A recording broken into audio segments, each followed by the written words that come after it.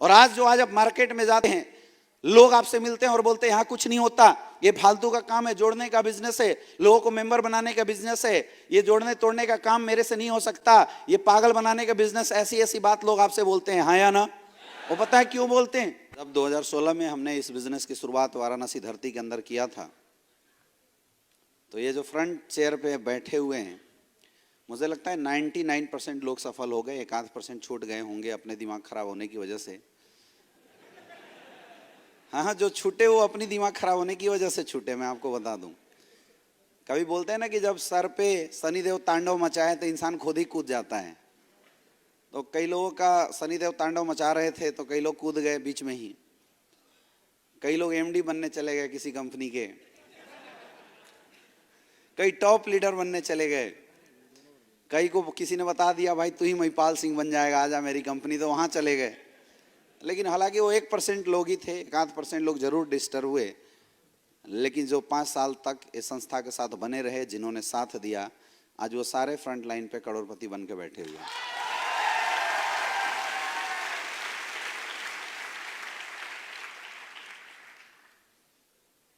Network marketing industry का अच्छा दिन आ चुका है, आने वाला है नहीं, आ चुका है।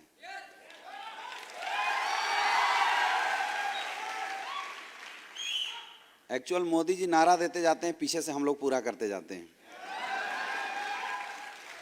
उन्होंने बोला अच्छे दिन आने वाले हैं, हमने बोला हम ला के दिखाएंगे, हमने SLPS काम शुरू किया, अच्छे दिन आ गए इतने सारे लोगों के, आया ना? उन्होंने TFT चालू करवाया, हमने 7 बार भर दिया TFT को, शायद बार उनका भी प्रोग्राम नहीं हुआ होगा, है कि नहीं? और ये चालू हुआ, अब हमें क्या पता था कि हमारे लीडर इसके ऊपर भी नजर गाड़ के बैठे हुए हैं। बस इंतजार था किस दिन खाली मिले, हम अपने लोग भर दे यहाँ।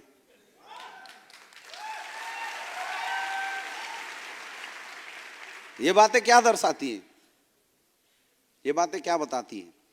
इससे हमें सीखना चाहिए। ये सारी बातें जो अभी कुछ देर पहले हम लोग डिस्कशन कर रहे थे, या जो ये सिलसिला चला 2016 से लेके आज तक का, ये बातें क्या दर्शाती है?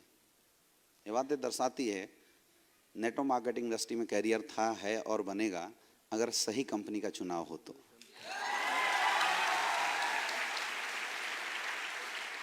यस या नो? और हम सौभाग्यशाली हैं कि हमें हिंदुस्तान की सबसे पावरफुल कंपनी SLPS वेलनेस का साथ मिला है।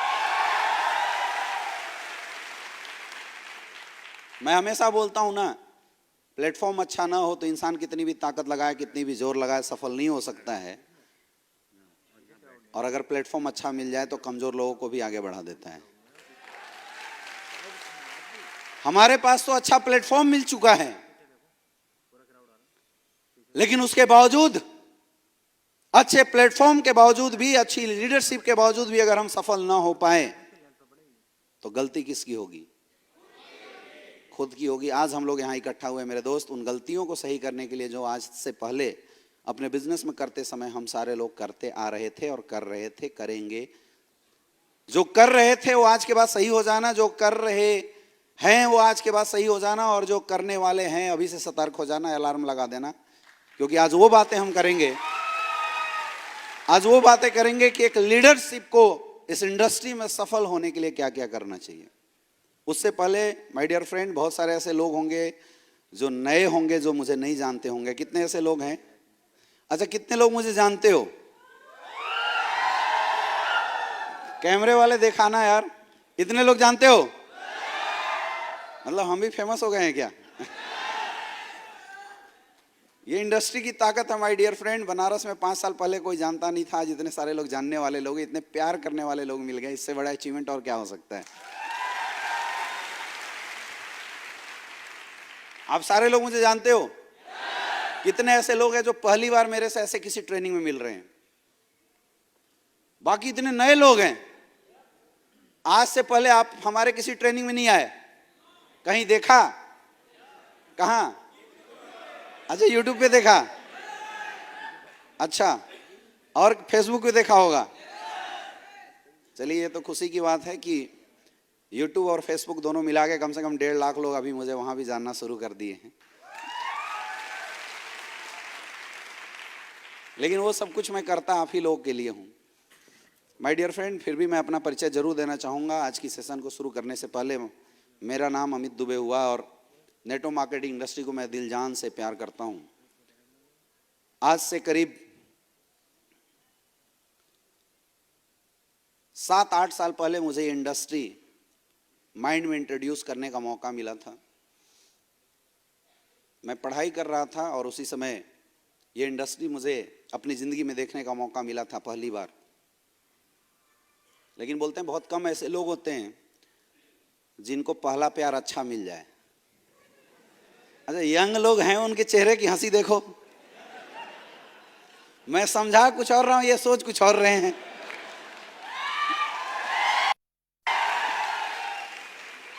बहुत कम लोग होते हैं जिनको पहला प्यार अच्छा मिलता है या ना?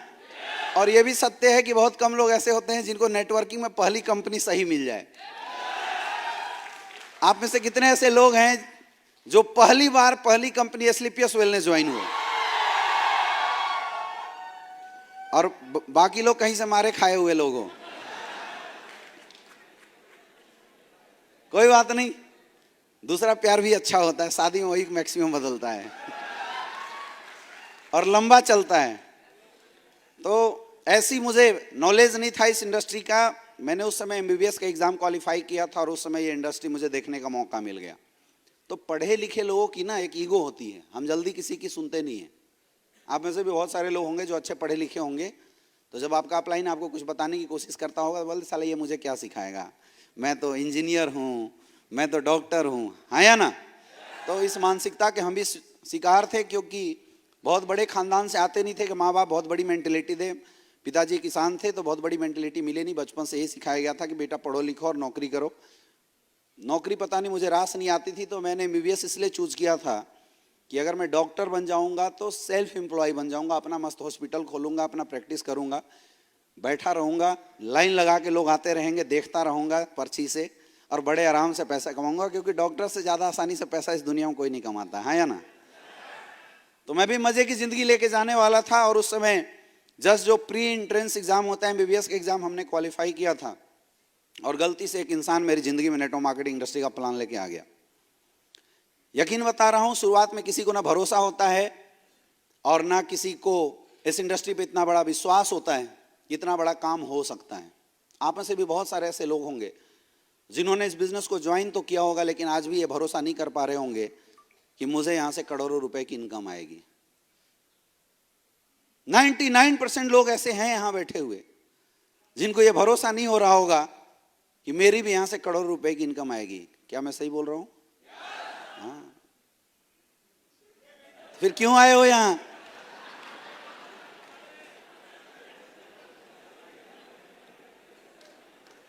फिर आए क्यों? होता है ऐसा, शुरुआत दौर में इतना बड़ा भरोसा होता नहीं, मुझे भी भरोसा था नहीं। तो मैंने सोचा यार पार्ट टाइम में धंधा कर लेते हैं, 2-4-5 लोगों को जोड़ना ही है। अच्छा, मैं जिस कंपनी में था वहां मुझे प्लान गलत बताया गया। प्लान अगर सही बताया गया होता तो शायद मैं नहीं जुड़ता। इससे ये अंदाजा लगा सकता है कि नेटवर्किंग गलत लीडरों की वजह से नहीं, सुनने वालों की वजह से होता है। कोई बोले यार 10 लाख लगा, 20 लाख हो जाएंगे दूसरे महीने में, तो तुरंत कर्जा लगे कोई लगा देता है। कोई बोला 18,000 लगा, मेहनत करके डायमंड बंद, करोड़ रुपए कमा, बोला मेरे से नहीं हो सकता। ये दुनिया ही ऐसी है, हिंदुस्तान के लोग ऐसे ही कामचोर होते हैं, यस या नो? तो उसने हमें झूठ बोला कि यार 10,000 की टीम अगर तू बना देता है तो तू डायमंड बन जाएगा, और अगर तू डायमंड बन जाता है तो तेरी 8 लाख रुपया महीना फिक्स हो जाएगी। तो मुझे तो समझ में आ गया भाई, लपेट चपेट के 10,000 लोग ही तो जोड़ने हैं। पार्ट टाइम में करके जोड़ दिए तो इधर मेडिकल से अच्छा पैसा आएगा ही, 8 लाख कम से कम फिक्स तो हो जाएगा। बच्चे का दिमाग था उस समय, उम्र कोई बहुत बड़ी थी नहीं, 19-20 साल का रहा होऊंगा। तो 19-20 साल का लड़का कितना सोच पाता है? तो ऐसी सोच थी, मैं इस इंडस्ट्री में आ गया। अब चूंकि सपने बड़े थे, कुछ बड़ा करना चाहता था, टैलेंटेड, ऊपर वाले ने थोड़ा सा बना दिया था, थोड़ा बहुत मेहनत करना शुरू किया, बहुत सारे लोगों को ज्वाइन करा दिया। और ये रिकॉर्ड था, मैं जिसके सामने बैठ जाता था ना, या तो सुसाइड करता था या तो ज्वाइन होता था, छोड़ता नहीं था मैं। ये तो मुझे बाद में पता चला कि हम पक्के वाले सेल्समैन बन गए। आए थे बिजनेसमैन बनने, गलती से सेल्समैन बन गए। जिसको पकड़े उसको हम ज्वाइन करा देते थे। हमें पुराने समय में ये बताएगा कि बेटा नेटवर्कर वो होता है जो गंजे को कंघी बेच दे, और रियल में हमने गंजे को कंघी बेचना सीख लिया था। यहाँ एसलीपीएस में अच्छे प्रोडक्ट बेचने को बोला जाता है, हाँ या ना? लोगों को सही करने के लिए बोला जाता है। लेकिन हिंदुस्तान में 90% कंपनियां ऐसी है जो लोगों को गंजे को कंघी बेचने की एजुकेशन देती है। धीरे धीरे जब मैंने एजुकेशन लिया, इस इंडस्ट्री को डिटेल में समझा, मुझे समझ में आ गया कि काम जो है वो बहुत बढ़िया है, बहुत पावरफुल है, लेकिन एक प्रॉब्लम है कि हिंदुस्तान में इस इंडस्ट्री की एजुकेशन नहीं है। और आज आप मार्केट में जाते हैं, लोग आपसे मिलते हैं और बोलते हैं यहाँ कुछ नहीं होता, ये फालतू का काम है, जोड़ने का बिजनेस है, लोगों को मेंबर बनाने का बिजनेस है, ये जोड़ने तोड़ने का काम मेरे से नहीं हो सकता, ये पागल बनाने का बिजनेस, ऐसी ऐसी बात लोग आपसे बोलते हैं, हाँ या ना? वो पता है क्यों बोलते हैं? क्यों बोलते हैं? क्योंकि उन्होंने लोगों को फेल होते देखा है मार्केट में। उन्होंने लोगों को मार्केट में एमएलएम ज्वाइन करने के बाद बर्बाद होते हुए देखा है। लोग गलत नहीं है माय डियर फ्रेंड, वो परिस्थितियां जिसको लोग देख रहे हैं, उन परिस्थितियों के आधार पे लोग इंटरप्रिटेशन कर रहे हैं। लोग गलत नहीं है। अब ये परिस्थितियां बनी क्यों? परिस्थितियां इसलिए बनी क्योंकि हिंदुस्तान के अंदर कोई भी कंपनी अपने साथ जुड़ने वाले लोगों को एजुकेशन नहीं देता। कोई ये सिखाता ही नहीं कि तू करोड़पति बनेगा कैसे, तेरा धंधा उठेगा कैसे, 100 करोड़ तक जाएगा कैसे।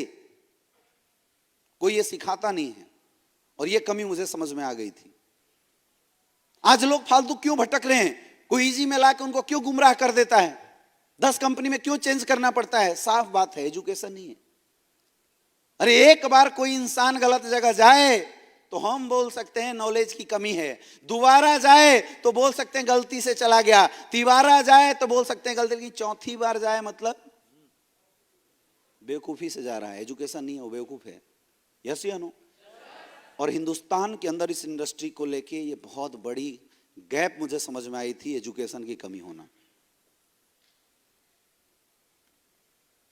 मुझे समझ में आ गया था कि जब तक लोगों को एजुकेशन नहीं दिया जाएगा, फालतू का मोटिवेशन देने, ताली बजवाने से कुछ होने वाला नहीं है। अरे एमएलएम इंडस्ट्री में कौन लोग ज्वाइन करते हैं? हमारे साथ कौन लोग आते हैं? आपके साथ कौन लोग आते हैं?